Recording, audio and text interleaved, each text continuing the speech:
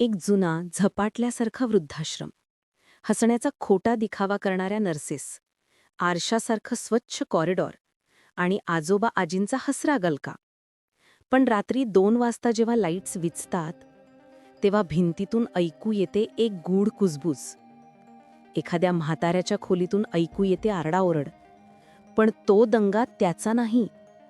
तो आवाज अज्ञात व्यक्तीचाच आहे, जी वर्षानुवर्षे तिथे बंदिस्त आहे.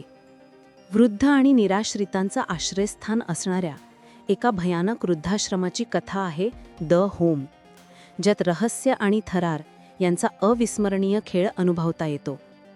एक बंडखोर स्वभावाचा 20 वर्षीय ग्राफिटी आर्टिस्ट मॅक्सला त्याच्या किरकोळ गुन्हेगारीची शिक्षा म्हणून न्यायालयाने तुरुंगाऐवजी कम्युनिटी सर्व्हिसची शिक्षा ठोठावली आहे. यासाठी तो ग्रीन मेडोज नावाच्या एका शांत, निसर्गरम्य वृद्धाश्रमात कामाला सुरू करतो. सुरुवातीला त्याला सर्व काही सामान्य वाटते. मॅक्सला फक्त फरशी पुसणे, जेवण वाढणे आणि व्हीलचेअर ढकलणे असे साधे काम आहे. त्याला वाटते, अरे, तुरुंगापेक्षा हे तर सोपे आहे. पण रात्रीच्या शिफ्टमध्ये जेव्हा तो 4थ्या मजल्यावर जातो तेव्हा कळते की इथे राहणारे आणि काळजी घेणारे लोक असंख्य भयानक रहस्य लपवत आहेत. मॅक्सला सुरुवातीला वाटते की हे सगळे डिमेन्शिया किंवा वृद्धात्वाचे आजार आहेत. पण हळूहळू तो ओळखतो की हा आश्रम फक्त निवृत्तीची जागा नाही, तर काहीतरी गडद दुष्ट शक्ती त्यांना पकडून ठेवतीये. येथील रहिवाशांचे विचित्र वागणे, कुजबुजणे, सावल्या पाहणे आणि अचानक होणारी हिंसा मॅक्सला मानसिकदृष्ट्या छळू लागते. रात्री 12 नंतर लाईट्स आपोआप मंद होतात. 4थ्या मजल्यावरचा दरवाजा नेहमी बंद असतो, पण त्यातून कुजबूज ऐकू येते. एक आजोबा मॅक्सला हात पकडून हळूच म्हणतो, इथे येऊ नकोस बेटा, ही जागा तुझ्यासाठी नाही. एक आजी दररोज एकाच खुर्चीवर बसून एका रिकाम्या जागेकडे पाहते आणि हसते, जणू कोणीतरी तिच्या समोर बसलाय. एक आजोबा रात्री भिंतीवर नखांनी काहीतरी लिहितो. ते शब्द वाचले की मॅक्सच्या अंगावर काटा उभा राहतो. नर्सेस रात्री 2 वाजता एकत्र येऊन काहीतरी गोष्ट सांगतात आणि त्या गोष्टीत मॅक्सचं नाव येतं.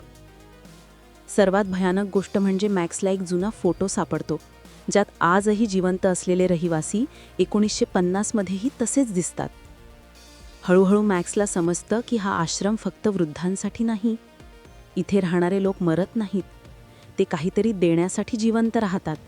आणि आता मॅक्सची वेळ आली आहे. तो यापासून दूर पळण्याचा प्रयत्न करतो, पण दरवाजे बंद, फोनचा सिग्नल नाही आणि बाहेरचा रस्ता हळूहळू बर्फाने झाकला जातोय. रात्रीच्या शिफ्टमध्ये जेव्हा तो 4थ्या मजल्यावर जातो तिथे त्याला आणखी गूढ रहस्यांना सामोरे जावे लागते. पुढे काय होतं? तो बाहेर पडतो का? तो त्या रहस्याचा भाग बनतो का?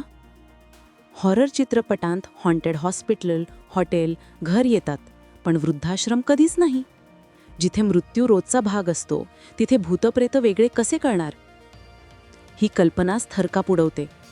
द होमच्या पूर्वार्धात तुम्हाला वाटेल, हे सगळं डिमेन्शिया आहे का? स्टाफ काही लपवतोय का? उत्तरार्धात मात्र दिग्दर्शक इतका स्मार्ट ट्विस्ट देतो की तुम्ही विचार करत राहाल की खरंच भूत आहे की हे मानसिक आजार आहे. दोन्ही बाजू इतक्या परफेक्ट मिक्स केल्या आहेत की शेवटपर्यंत क्लायमॅक्सचा अंदाज बांधता येत नाही. हा चित्रपट फक्त भीती नाही देत, तर विचार करायला लावतो. मृत्यूनंतरही आपण खरंच जगातून कुठेतरी जातो का? विस्मरण ही शिक्षा आहे की मुक्ती?